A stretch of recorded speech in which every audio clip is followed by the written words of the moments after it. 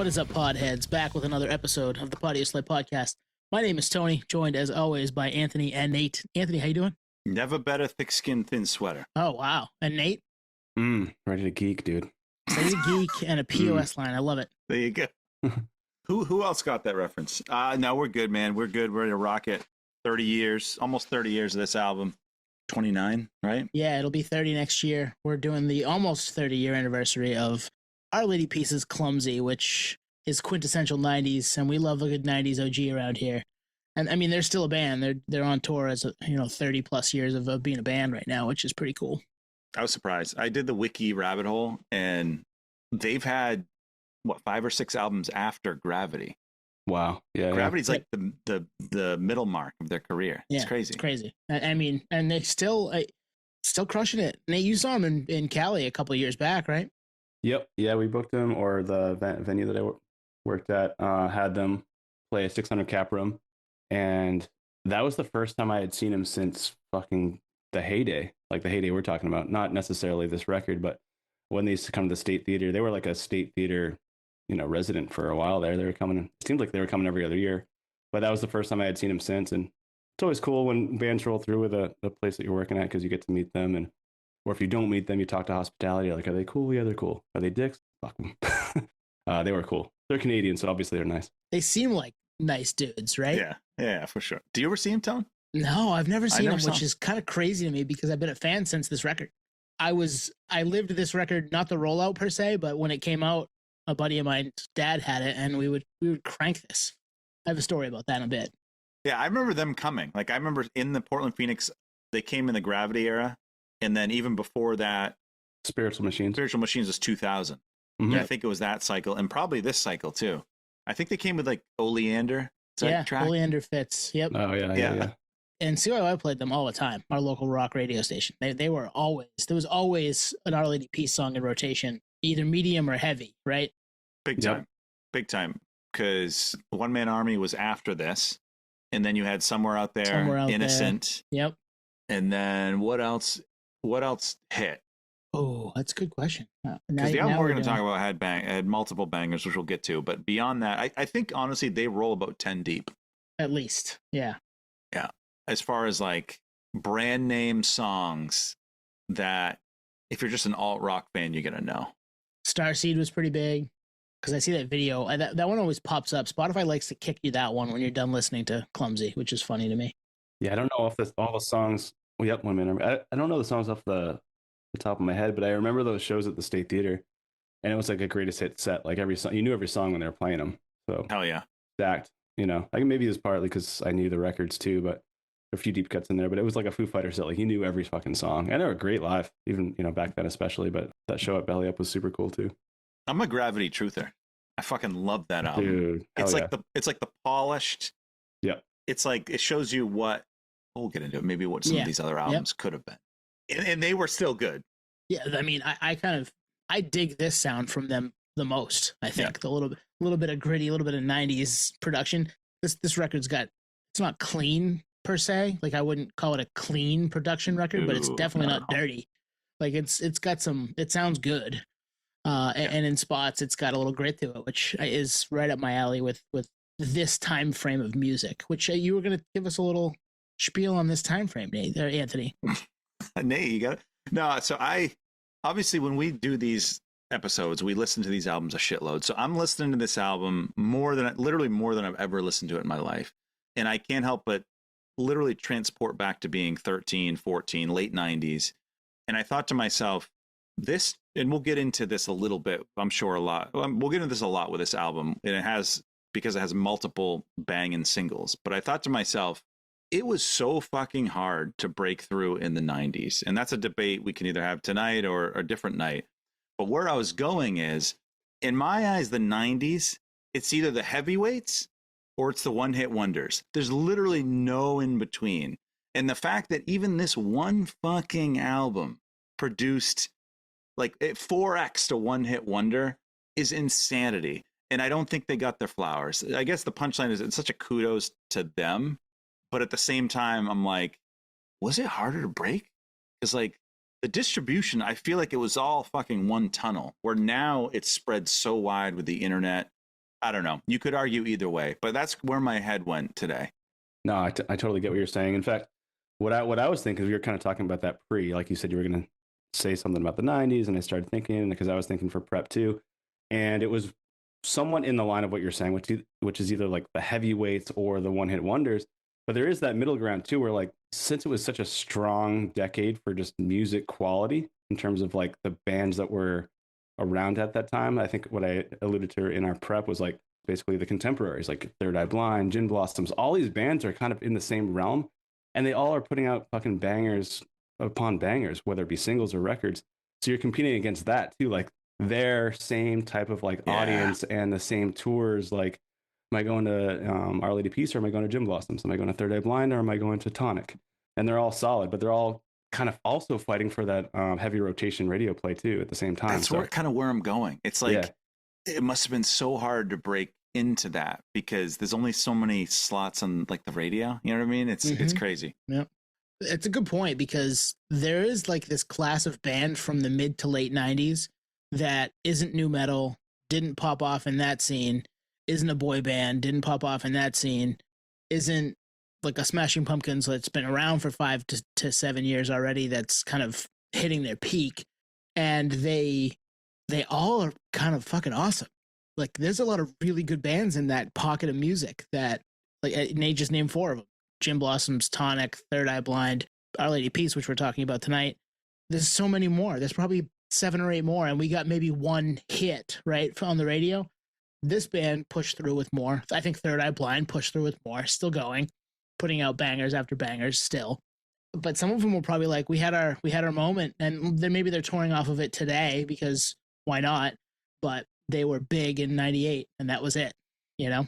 You just said something that I was just going to say, which is the highs were so high. Even the one hit wonders, it was so high that I'm not going to put anyone on blast. I think one hit wonders is a derogatory thing at the end of the day, which is kind of crazy. But so many bands from this era can still tour off that one song. There's like 3 or 4 in my head. I already know they get that one and they're riding it into the sunset, as I would. Absolutely. Just even to get, it's like, hey, if you played one game in the major leagues, you're still a big leaguer. Yep. And you're still signing autographs at the local VFW, you know, as you're 60 years old, you know. You put out a major label record. Yeah. Yeah. The baseball analogy is common these days. I love it. Well, it's funny, like people like in sports, especially basketball, it's like you can't compare eras. In this case, it's almost the opposite. You can't compare to the 90s because the 90s would have whooped your ass. You know what I mean? In basketball, it's like, no, these guys, like, sorry, Chris Mullin, you ain't starting in 2026. Oh, Chris Mullin could shoot. He was wet. Is that some Michigan shade? Was he Michigan? No, St. John's. St. John's shade, sorry. I'm full of useless knowledge if you guys didn't know. I didn't have to look that up. That just happened. So Nate, I prepped Tone. I said, hey, I'm going to do a Chris Mullin reference. Chris Mullin drop. Sidebar. But do you agree with that? Like the highs were so fucking high in the 90s. Product of the machine, right? Product of the machine. Billy Coe says CIA killed it. Well, yes, but product of, hey, we're gonna push this track because this track fits on the radio, and you're gonna have a moment right now, and then maybe people didn't know that the nostalgia play would go so well for some of these bands down the line, which I'm happy it did because, like I said, a lot of them had other songs that were really good. They just weren't hits per se. Like people didn't get to hear them to the level that maybe they heard their one big song on the radio across the country. You nailed it. There was a playbook for these types of bands where it's like, when we sign you, this is literally what's going to happen. The album you haven't even recorded yet, that single that you're going to drop, this is what's going to happen. So you need to rise to the top to get there. Yeah, it's crazy. Everything's rigged, bro. Everything. What an era. Yeah. There was definitely a formula. Great, though.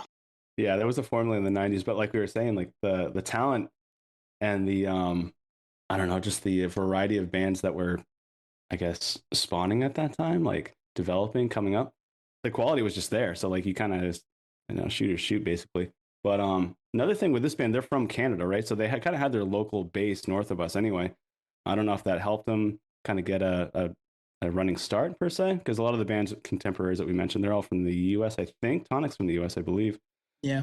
So I don't know if that folds into like a warm up coming down to the US. You're already kind of prepped. Yeah. So maybe that's an advantage. I can't help but think of a band, different genre, different era, but Billy Talent. For a lot of U.S. folks, that name means nothing. If you live upstairs in Canada, biggest thing since fucking maple syrup, you know? Isn't huge. Vermont maple syrup the best, though? Sorry, Canada. I think Maine's better, but that's just me. Idaho potatoes, Maine potato battle, what? Don't clip me and put that out there, Twan. I don't want the internet coming after me on my maple syrup takes. Oh, shit. Hey, Rage Against the Machine never put out an album on Rev. Yeah. But last thing on the time and the it's all rigged. It kind of is, right? I mean, and we see it more nowadays because the internet has opened our eyes to some of it. But the hard part about nowadays is we're gonna find out 30 years from now when we're old and graying more than we already are that there was so much stuff happening we didn't see because of all the misinformation. But back then, you didn't see it because you just didn't know because there was no information. So 100%. Now we know how the machine worked a little bit. You could see like, yeah, you're going to write the hit in studio with our producer. It's going to be your big song. Maybe it's not even a song you had before you came in and signed your major label debut, you know? And now you're going to be huge off that song for a little while, go all over the country, go over the world maybe, and still be able to do it down the line, even though the other 9 songs on that record, the other 12 songs on that record are actually really fucking good. Whole different era. Insane. Actually, when you were talking, it made me think the 90s, I'm not kidding. You know how like dudes, when they talk, they'll just rattle off like a random deep cut sports, you know, athletes and stuff like that. Chris Mullin at St. John's, yeah. Yeah. Like that shit. We could do that with 90s rock singles for probably 2 hours. Oh, yeah, dude. And deep cuts, too. Contrast to 2020, could you name any modern big rock single? I'm serious. Could you name one? No, but that's just because I don't listen to the radio. Yeah, I don't listen to the radio. I don't listen to Sirius or whatever. It's like Geese. Like that's what, like bands like that. That's what's out there now. The model's shifted so much. So the old school radio model still exists on Sirius or whatever it is, right? Yeah. But like the amount of people that it reaches is not the level that it used to be because everything's so fractured. So they're still trying, and I mean, some bands and some managers and some labels and all that stuff still thinks that you need to make it there or you haven't made it. And I'd argue you don't need to make it there at all to make it. Like it's just not the way the world works anymore. You probably might do better off not being there in some cases. I think it lends to longevity and a natural base, you know? Didn't know we'd go off on this tangent. I kind of fucking love it. And now we're going to name 200 one-hit wonders from the 90s right now. Spin the wheel, baby. But yeah, we're talking about Clumsy, Our Lady Peace, a second studio album, came out in 97. What are you guys' early memories of this record? You said it, man. CYY, baby. WCYY, Portland's new rock alternative. I might be able to find that. Portland's new rock alternative. It's 94 WCYY. 94, 90, was it 94.3 or 94.3? 94.3, yeah. Yep. Let's get raw in here. It was from that, and it was either Superman's Dead or Clumsy. It was probably 97, 98, probably 98, realistically. Did you have the CD? No, I never owned this. Did you? I owned Gravity. Gravity, I think, no, Happiness, the Fish one, and then Gravity. I own those two. What about you, Nate? Yeah, same. Our local rock radio station, 94.3 WCYY. Heavy rotation for this record and for this band. I did buy the records. I think I actually won this record, if I'm not mistaken, from one of those WCYY like giveaways. And I remember it had the sticker on the front jewel case. I think that's why I remember it specifically. Can I ask you a question, Nate? Yeah. Pretend I'm 20 years old. What are you talking about? How'd you win that shit? CD giveaways, physical media. What? How'd you win it? You show up to what they call a remote. Rob can speak to this, our friend of the pod, where you just show up basically and you get free shit. Hey, come down to, call it Subway. You know, it was basically a corporate sponsor most of the time. Yeah. Come to Subway sandwiches, and we're going to be giving away prizes. And you show up basically one of like 12 people that actually showed up, and you pretty much always are guaranteed to win. Oh yeah! And put your name in a hat, and boom, Nate just won Our Lady Peace Clumsy. Sweet, pays for itself. Or you called in. You were the 9th caller. Or you called in, yeah. That's how I got tickets to POD and System of a Down and Meshuggah. Oh, nice. I went to the remote at Bull Moose, and I was the 9th and the 10th tickets. 10 tickets they gave away. Oh, yeah. One, you weren't with me? I thought you were with me for that. Ah, man. I think our buddies Ian and Settler were, but maybe you weren't.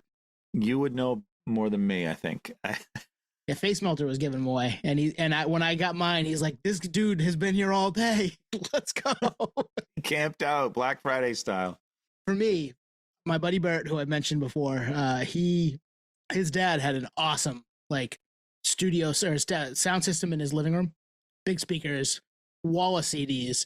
We would like occasionally grab one and throw it on, and he was gone, and we were like 12 years old. We're out in the yard. It's fairly warm out, so it's probably springtime of that at 97, and we turned it up as loud as it would go and put on Clumsy. So the entire neighborhood of Portland that I was in at the time everybody heard Superman's Dead.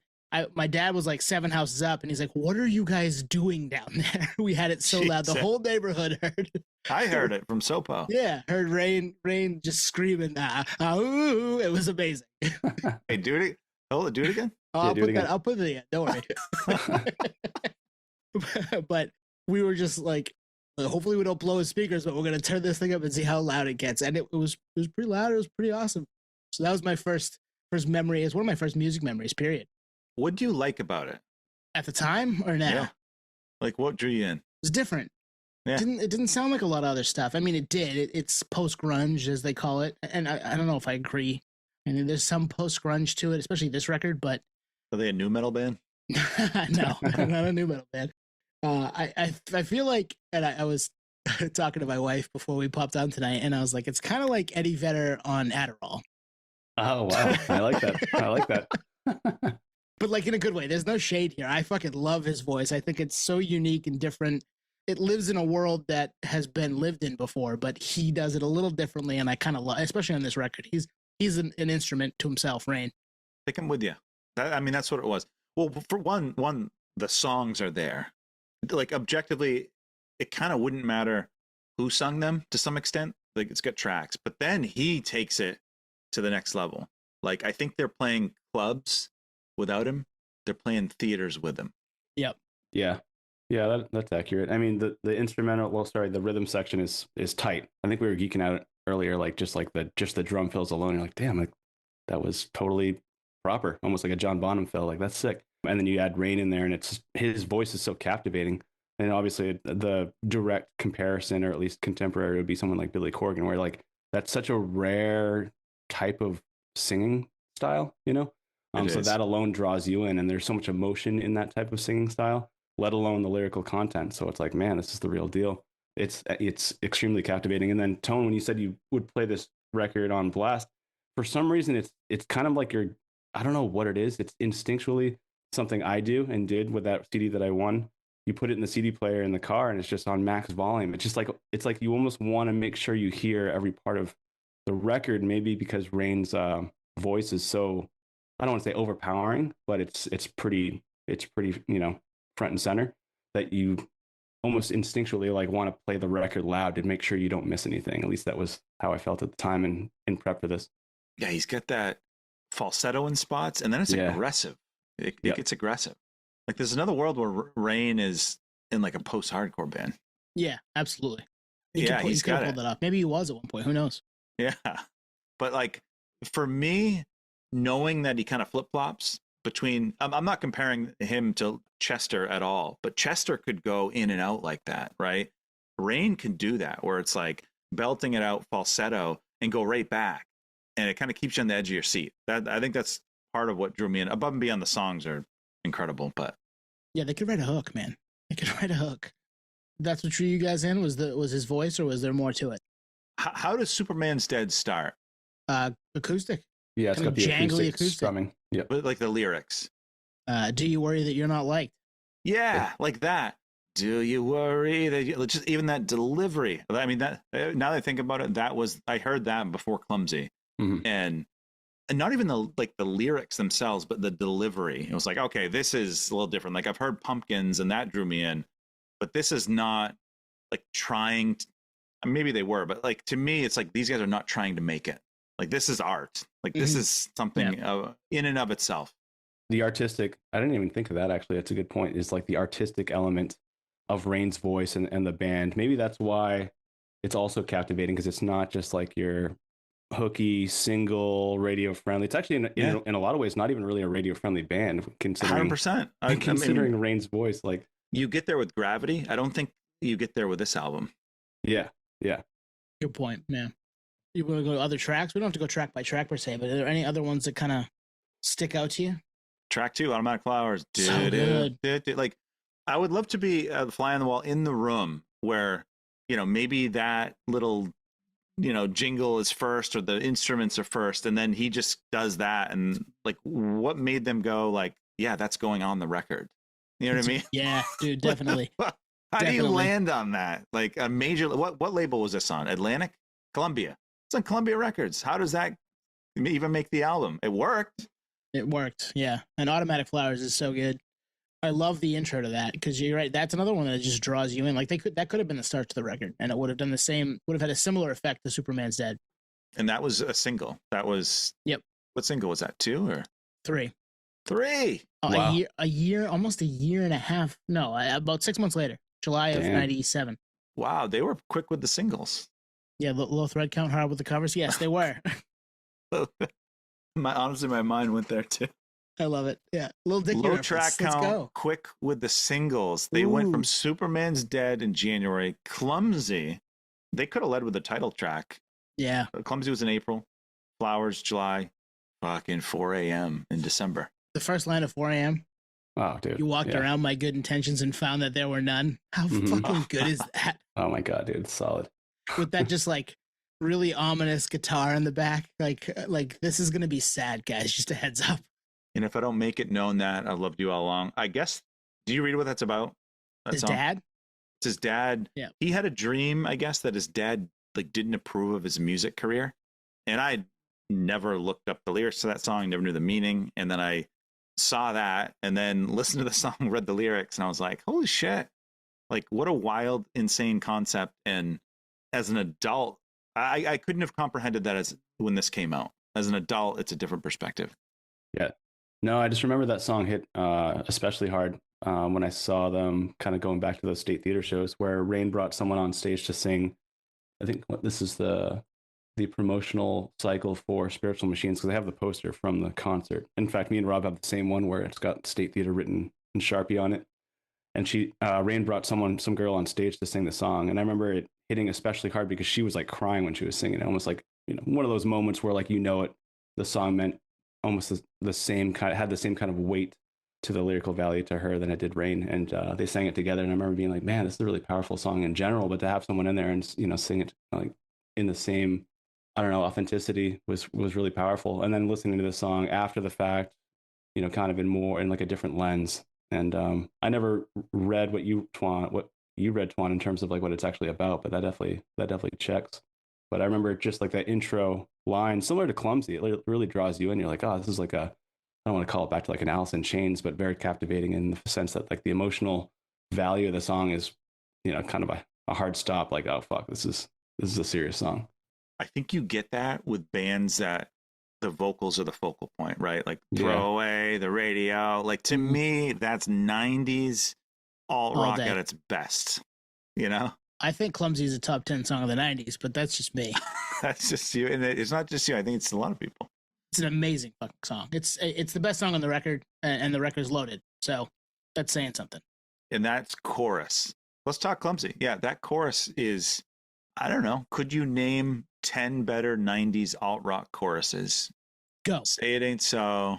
No, you'd have a tough time. You would. The part when he starts saying "I'll be waving my hand, watching you drown," and the guitar turns into this kind of reverby, Oh yeah. like the guitar is waving at you. I had that Oh, yeah. revelation today while I was listening. I was like, oh, it's like they switched the sound of the guitar up as the pre-chorus starts, and I'm like, it's like the guitar is waving at you too. It's fucking amazing. That is interesting. It is. I'll have to, I know what you're talking about. I'll have to listen back to it. How? What do you mean, how? How are you going to listen back to it? With With the new fresh ears. different ears. Different ears. Let's go. Jesus Christ. I was going to say Spotify. I'm going to fucking pull up my DSP, bruh. Go ahead, pull that up too. With different ears. If you know what we're talking about, you laughed at that. If you don't know what we're talking about, listen back to another episode. Oh man, sorry. I did for the first time, you know, a lot of newness with this, listening back to all this, but I looked at the meaning of Clumsy, and the gist of it is like basically not noticing what's in front of you. Like I'll be waving my hand watching you drown. It's like a take on perspective. I mean, that's how I interpreted. Like, have you ever gone on like songmeanings.net? Yeah, it's been a while, but yeah. Yeah, it's been a while too. It's like a lot of people, that was the perspective, and then on other sites. And I don't know. I like that. I like getting other people's perspectives and then trying to see it through their lens, see if it makes sense, or if they're just full of shit. And it's like, no, you're just trying to spin this. I mean, sure. That's definitely, I mean, that's the beautiful thing about all of this. We're talking about this for, you know, the better part of an hour. And our experience with this record is wholly different than somebody else who maybe knew the band and lived the rollout and all that. You know what I mean? Like and then knows exactly what all the songs are about. You know what I mean? Like it's a different world for them. I love it. Yeah, anytime there's a piano intro to a song, I think we've talked about that with other bands. Like that alone is as you would call it, Twana, cheat code. Like you're in automatically. We're all rock fans here, but like the piano for some reason holds so much emotional weight that it's like, fuck, man, let me know what this is about. Like, I'm here for it. Yeah, I'm here for it. That little piano, and then into an almost like, is this Wonderwall? Oh no, it's Clumsy. Yeah. yeah. And that drowning thing you were talking about, Tone, like there was another song that came out around this time too. Maybe it was a year later with Ben Folds, right? Brick. About drowning. And it's just like that crossed my mind today too. Yeah, I remember thinking when I was listening in prep, I was like, there's a connotation there where like just that one thing is obviously disturbing, because it's both songs are like encouraging it, not encouraging, but like letting it happen, which is kind of like a weird I think thought. Metaphorically, but metaphorically, exactly. Right. Not actually watching someone, you know, have that happen. I think it's more like, oh, you're struggling, like fuck off, I don't care, or I don't even see it. Like maybe right. I'm in my own shit too much. I don't even see it, you know?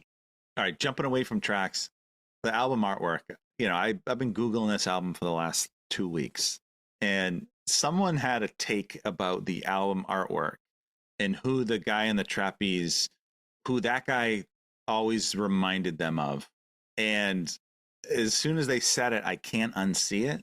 So do you guys want me to tell you? No, I think I know. Because you'll never be able to unsee it. I think I know who you're talking about.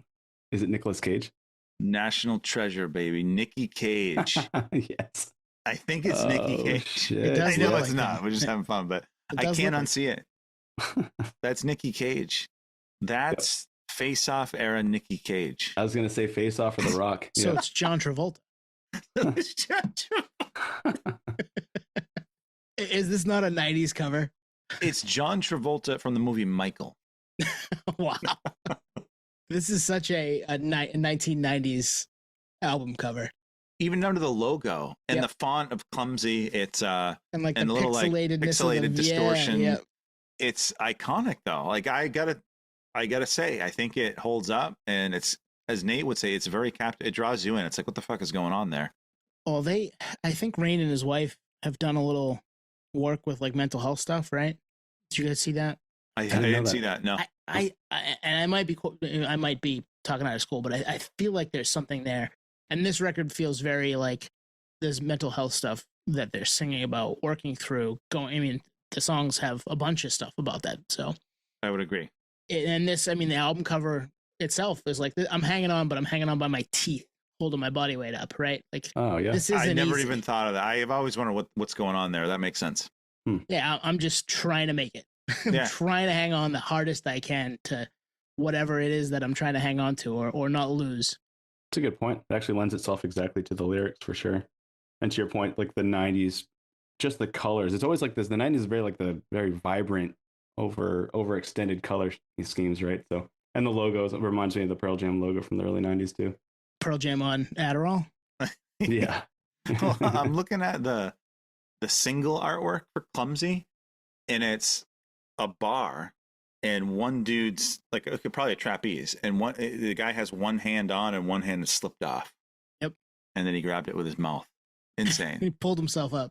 And this was on the I Know What You Did Last Summer soundtrack. Wow. Huh.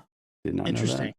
I still know what you did last summer. that time a lot of that was happening, right? And a lot of these bands were hitting. Like I think Tonic on American Pie. Sounds about right. Yeah, and Third Eye Blind was on American Pie, and like there's a lot of like, let's put these songs in movies and make sure that they get heard everywhere. And that song's cool. I forgot that song That's was the cool. Let's machine go. working Yep. overtime. Yep. This is the machine. Back to the machine. Rage Against it, baby. I was born to rage against it. So before we were turn on the mics, Tone, you mentioned, or maybe it was in the beginning of the episode, I can't remember. You mentioned that there's some grittiness with the recording. Yep. And it's not as polished as Gravity. This is not a diss, but I think this is an album that would benefit from a remaster. And maybe it has been, but I think to give it a little more shine, like you said, you're like, Nate, you said you're forced to turn it up. I found myself like it didn't, my car couldn't turn up enough. I think it would benefit from a remaster. I didn't even think about that being the reason why I would always turn it up. Because it's almost like I said earlier, it's just instinctually I turned it up. I don't really know why. I thought it was because of Rain's voice, but it might have been because of the production style, possibly. Well, I think it's of the time too. I mean, we're talking 30 years ago. But I think Gravity has a little more fit and finish that major label gloss. Yeah. Yeah. Now, I don't know that I need that on this. Somewhere in between. Yeah. Somewhere out there, maybe. Yeah, Gravity is like their Green Day American Idiot. It's just like a completely different level, right? I mean, out with not that we're going to get into that record right now, but doesn't it open with Not For You? Or shit, I have to look it up. But there was some turnover in the band too at that time. Yeah. So I think it was almost entered a new era. Yep. Was it dude's name? Something Turner. He left. He's only on like half of those songs, and then a lot of fans are divided. Like All For You, Nate. It's All a different band post Spiritual. Yeah. Okay. So there's a sound change dynamically in terms of the. I don't know. I'm in. Yeah. For most of it. Yeah. No, they're underrated at this point, but we can get to that in I would Legacy. agree. But they're an underrated band as far as what they've been able to do and put out. And I think the production piece for me, yeah, there are spots that it could probably just be like cleaned up, maybe, but I don't want it to lose its 90s-ness. I love its 90s-ness. I don't want that to ever go away. Yeah, there's a charm there that might get lost in the sauce. Carnival. You're not a strong man and you're just about to cry. Hold on. I mean, that fits with everything we just talked about. Mm-hmm. Yep. I remember liking that song then, but never, like, it was always like, oh, well, but what's next? I want to, but doing this and listening through it a couple times, I grew to love that song a little more. And Big Dumb Rocket, which is such a 90s song name, I didn't love back then, but I love now. I'm with you, Grow Me. Yeah, those songs are like I said, they're underrated. They wrote good songs front to back on this album, and they don't, they're overshadowed by 4 amazing songs, which is part of the problem, or not a problem. I don't know. Maybe it's a good thing. Nate, what else you got? How was this? I mean, you didn't see them live from this album, but from Spiritual? From Spiritual, yeah. So that was like, you said 2000 when that record dropped? So that was like in my formative years. I think we talked about it on the 311 episode, the sound system episode we did. Like that was like when I was starting to go to the State Theater, which is, for anyone listening, that was like our local Holy Grail venue, like a 16 cap room. Still is our Holy Grail venue in Portland, Maine. How was Clumsy live? Oh, dude, they slay. Like the band is tight. The band is tight. Then his delivery, everything we've talked about to this point, like replicated live. Loud, maybe the same thing we were talking about earlier, just at max volume. And then the emotion. Rain's a great front man. The band is tight. The band is exploding at the time, and like we were talking about earlier, they were getting heavy rotation, so like everyone knew who they were. It was a pack. I mean, these shows, they went to that one and the Gravity tour. Both of them were, if not sold out, pretty much close to it. Given Maine's, bordering Canada, so it's not too far from. It's a good point. Where they're from, so maybe that plays into it. Similar to Bare Naked Ladies was huge in Maine for that reason too. But yeah, delivery wise, amazing, and just the guitars are very much pronounced on this record in this band too. So it's just a very rock forward band in general. So you're there for it. Well, the reason I ask is like when you saw them, it was like 2.5 years removed from this album. Yeah. So people had time to Clumsy had time to spread it. Like the single Clumsy had in the song had time to spread its wings. I bet that's the best fucking song live. Just a sing along. I wish I was back in 98, 97 when they came through and heard that live at the state. Oh, dude. I mean, it's that perfect contrast that we all love about music and why we kind of made this podcast. It's like the 4 a.m. you get that moment I was talking about earlier with the girl on stage, to like Clumsy, to everything in between. Like that hybrid, that mix of like highs and lows and soft and loud, like that makes the show, that makes the record. And that's why these bands are so, in our mind, why we do deep dives on why we think they are important, because it covers everything that we love about music, the whole spectrum. If you don't have the full spectrum, then we probably won't talk about you. So this record definitely covers all the bases. And the band too. The band does. I mean, they've come up before on the podcast. We've definitely talked about them. I mean, Anthony owns an NFT. I do. Spiritual Machines too. Oh yeah, you'll have it. Hang on to that thing. It might be worth some money. Let's go. But like, yeah, they've come up off and on over the course of the life of the podcast because we all dig the band, and I was like, let's do Clumsy. Like, why haven't we done this yet? Well, we talked about the Happiness album artwork, and just that it's any artwork, honestly, where you're like, what and why, but the music's still good. If the music sucks, then yeah, the artwork's gonna stink. But if the tracks are there and the album artwork is, as you say, captivating and draws you in, it's like, okay, I actually now I can't see it any other way, you know? Mm-hmm. It's a really good point.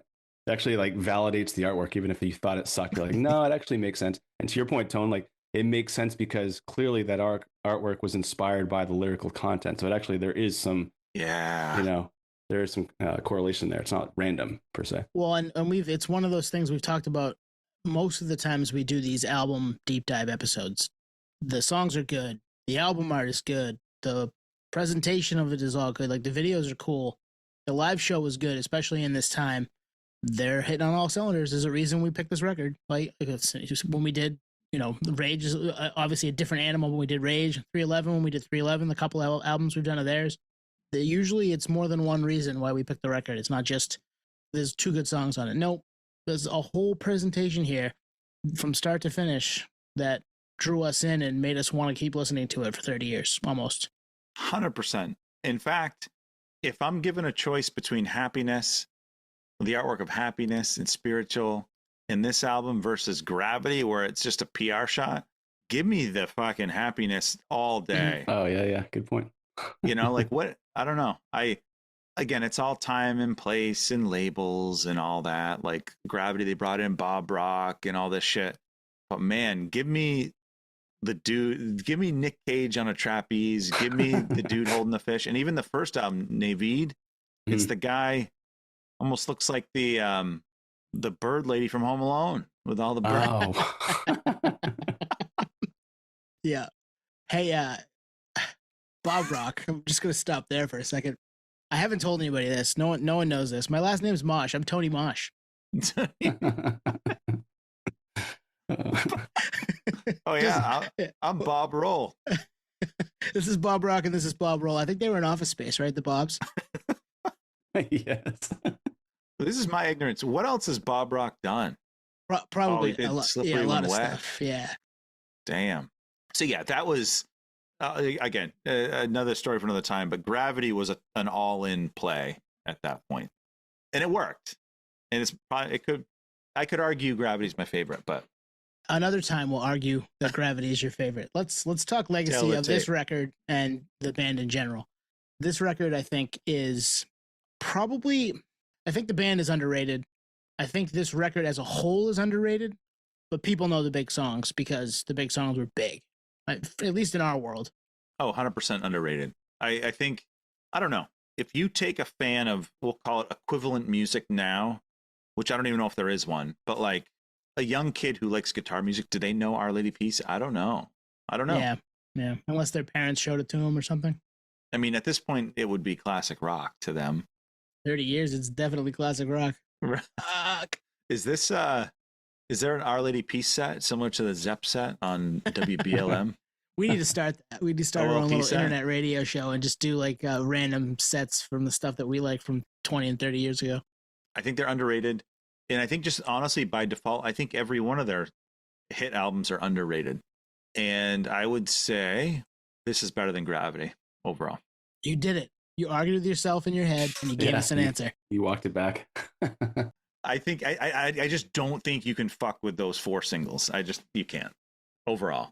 Yeah, and everything in between. And then like when you talk about the fact that Gravity was like, again, like the Green Day American Idiot play, like the record label's like, you're gonna do it this way, guys, and they're like, all right, fine, we'll do it that way. Fuck it, why not? We're already at that stage, right? We're supposed to do this. This is where we're at, and it's a good record. Not to say that, not to knock even American Idiot. It's a great record.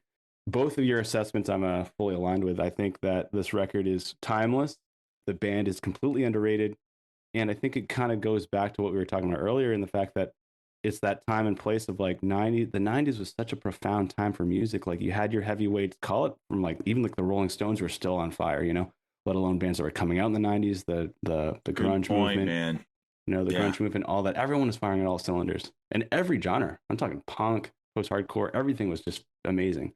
And I think the underrated element to a band like Our Lady Peace, and if I were going to say contemporaries like Tonic, because Third Eye Blind got pretty big. I think if you're kind of sitting somewhere in the middle, is like it's a unfortunate but fortunate oversaturation of just so much good talent that we're all, like we were alluding to earlier, fighting for those same slots on tours, heavy rotation on radio, on MTV, and it's just there's just so much good stuff, you know, and the labels had the money to promote and try to edge each other out, that like you're going to get lost in the shuffle, not in the way that you had one good single in that kind of tier. Like this is that mid tier where like everyone's just like Our Lady Peace elevated tier is really as good as Gin Blossom. So like you really are not picking like them or this. It's like, well, no, I want both because both are rock solid. But they still kind of get lost in that underrated shuffle. And now like you're saying, do you talk to your, you know, 16-year-old neighbor, like, do you know Gin Blossoms? Who? Do you know Our Lady Peace? Who? It's like, that's unfortunate, you know? It is what it is. It's just like that sub, not so, you know, to the stars type success band, but carry their weight in gold in terms of like their music and the records and the tours and the sound.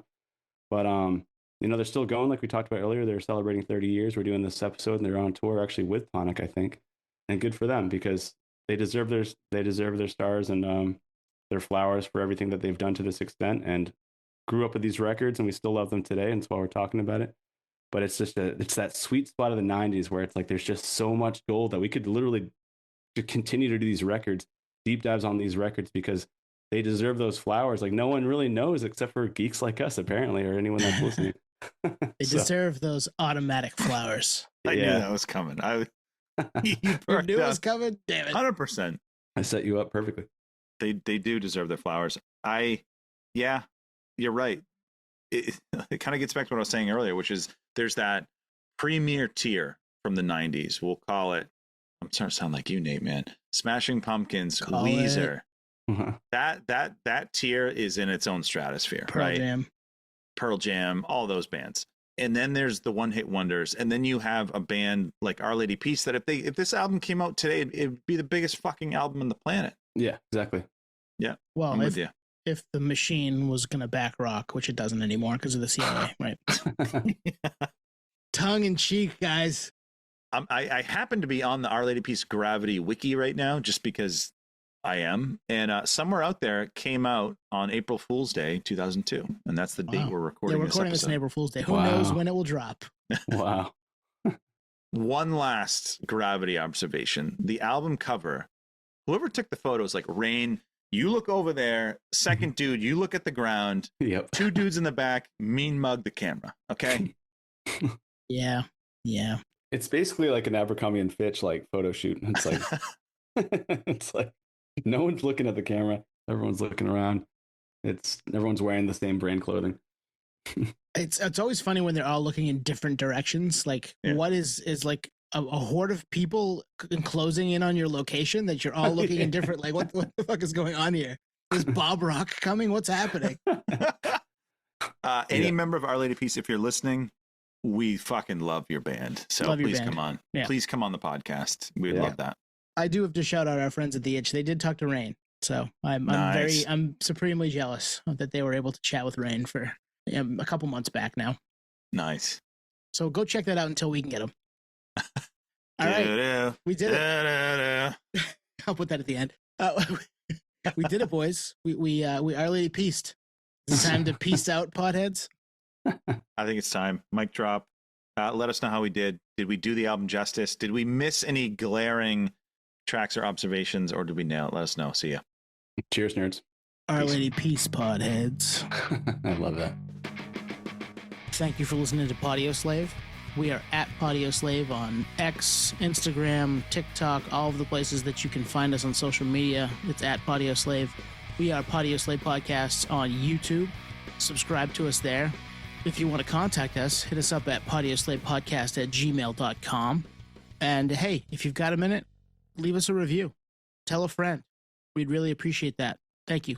Da-da, da-da-da. Ooh.